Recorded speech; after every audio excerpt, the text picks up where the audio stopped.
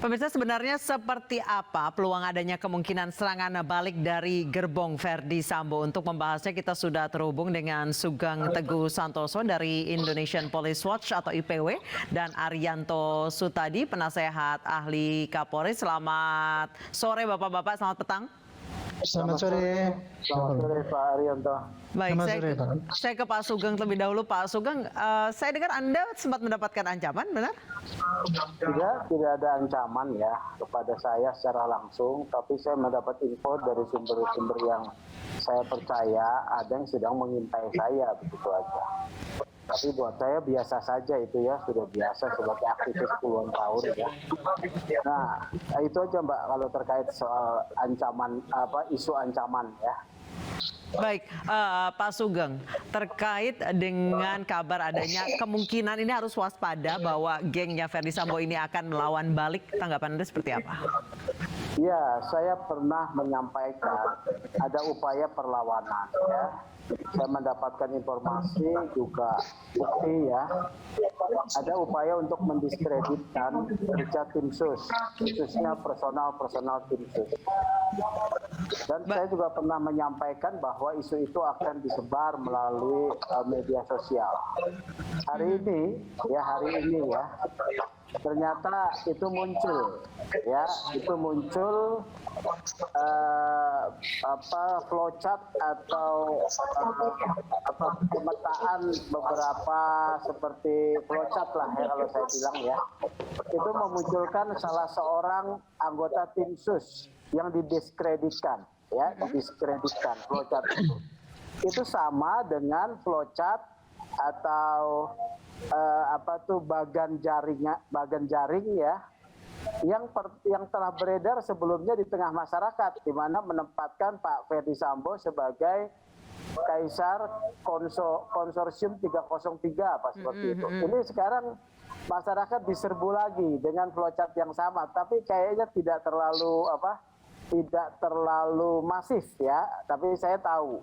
Baik. Yang menempatkan salah seorang anggota tim sus dengan didiskreditkan ya. Baik, jadi sebenarnya harus hati-hati dengan serangan cyber ini ya Pak Sugeng ya. Nah, masyarakat harus cermat ya, harus cermat terkait ini dan tidak tergiring oleh munculnya dokumen-dokumen di publik karena yang tidak jelas ya Pak.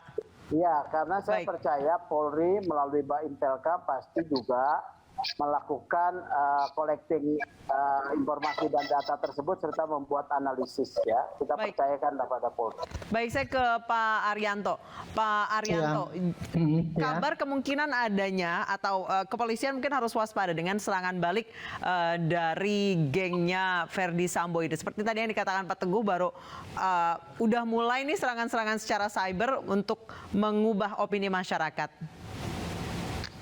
Ya, kalau bagi saya ya, serangan balik dari geng Pak Sambo itu ya, kalau di mata saya ya, tidak ada geng yang bisa akan menyerang balik menurut saya sih ya. Karena di mata saya, kemarin itu yang terjadi itu adalah anggotanya Pak Sambo yang ikut membantu untuk menutupi kejadian yang dilakukan oleh Pak Sambo. Dan itu anggota yang loyalis, kemudian diperintahkan begitu saja datang dan mau merubah TKP sesuai dengan perintah-perintah dari Pak Sambo. Nah, adapun dengan isu-isu serangan hoax itu ya, dari cat-cat dan sebagainya itu saya yang seperti itu tuh sudah terbiasa, Mbak.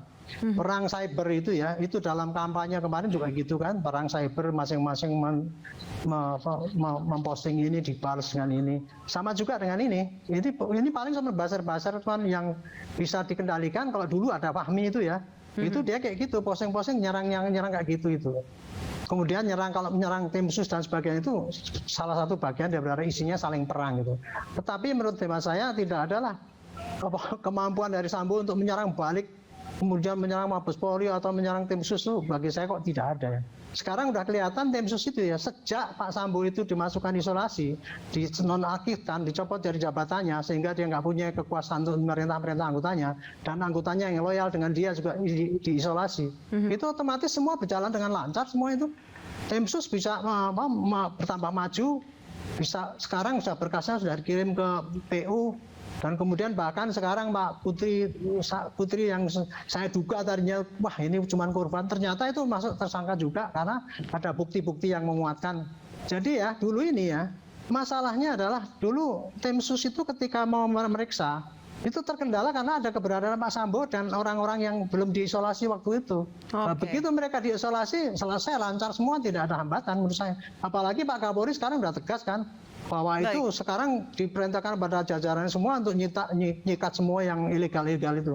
Ini saya kira bagi saya sih itu bukan ancaman, nggak usah ketakut ancaman serius ya, Sambo bawa Pak Arianto ya? Itu hanya itu ditakut-takutin aja. Menurut saya nggak ada yang perlu ditakuti itu.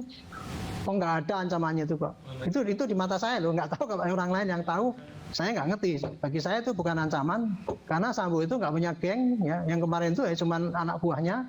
Dan kemudian kalau dianggap dia itu selama ini kuasa, ya memang kuasa. Dia tuh ya powerful, dekat dengan Kapolri sehingga dia bisa mempengaruhi mungkin orang-orang yang di bawah itu bisa titip-titip jabatan kayak apa kayak itu mungkin ada waktu itu. Baik. Tapi begitu sudah nggak punya jabatan sekarang ya nggak punya apa-apa lagi. Baik, saya kembali ke Pak Sugeng. Pak Sugeng tadi Pak Arianto menyebut bahwa gengnya Pak Sambo itu semuanya sudah masuk isolasi di Makobrimob. Pernyataan ada yang sebelumnya memangnya masih ada yang bersisa, Pak?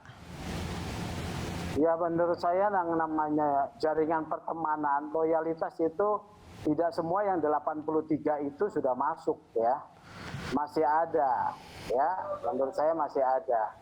Kita juga tidak tahu apakah akan masih ada isu cyber, serangan cyber di media publik. Ini kan baru hari ini saya mendapat gitu ya, baru hari ini saya mendapat. Kalau perlawanan namanya orang sedang dikenakan satu tuntutan ya pasti dia melakukan perlawanan dan jaringannya saya duga masih ada ya, jaringannya saya duga masih ada. Karena kan yang di dalam teman-temannya di Satgasus itu ya kan masih ada yang dalam jejaring yang dekat ya, walaupun tidak terkait dengan kasus pembunuhan itu. Itu menurut saya seperti itu. Baik, Pak, saya ke Pak Arianto. Pak Arianto dari IPW sendiri tidak yakin nih bahwa memang orang-orang jaringannya Sambo ini sudah bersih dari internal institusi. Kalau Anda sebagai penasihat Kapolri seperti apa Pak tanggapannya? Ya saya memaklumi aja karena Pak Sugeng kan punya sudut pandang sendiri. Kalau saya sendiri ya saya punya sudut pandang sendiri. Saya kan melihatnya yang saya lihat dan saya kan penasihat ahli Kapolri kan masih intens lah berhubungan dengan dinas itu ya. Kita rapat, kita memberikan mengecek perkembangan, kemudian berikan saran pada Bapak Kapolri. Sepanjang ini ya, menurut pandangan kami, begitu itu Satgas itu dibubarkan oleh Pak Kapolri, maka rantai komando itu sudah otomatis tidak ada lagi. Kalau toh ada loyalis sekarang, mau berbuat apa mereka? Nggak punya kemampuan apa-apa kan, Pak Sambo sudah di dalam gitu. Dan kemudian yang dihadapi oleh Pak Sambo ini kan cuma karena tuntutan pidana saja, karena akibat daripada perbuatan yang dia lakukan kan. Perbuatan yang dia sangat fatal dilakukan, dan sekarang ditindak dengan hukum sesuai dengan hukum yang berlaku gitu. Jadi orang-orang yang dekat dengan dia itu kan itu dimasukkan juga sekarang masih dipilah-pilah. Mana yang pidana, mana yang enggak gitu-gitu.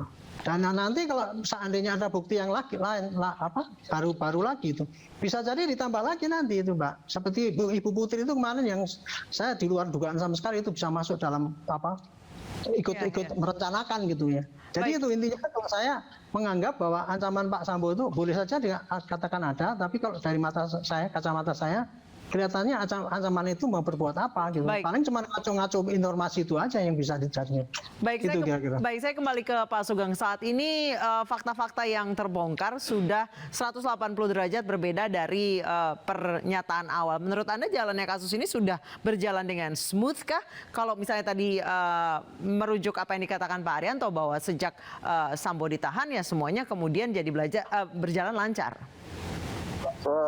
Sebetulnya sebelum Pak Sambo ditahan, pasca berubahnya keterangan Baradae, percepatan penanganan kasus ini sangat signifikan ya. Dari semula memang IPW pun mengapresiasi kerja tim sus yang punya tren yang positif ya dan begitu cepat. Apalagi hari ini, kemarin dalam pengungkapan ya akan ada tahap pertama. IPW memang mendorong kasus pidana ini segera disidangkan. Baik. sehingga PR Polri ya menjadi lebih sedikit, PR Timsus ya tinggal mengurus 83 yang diduga melanggar kode etik atau obstruction of justice itu. Baik, Kemudian tinggal membuat catatan-catatan pembenahan apa yang harus dilakukan. Baik, terima kasih banyak Pak Sugeng dan Pak Arianto telah bergabung bersama kami di Newsroom Weekend. Selamat petang Bapak-Bapak.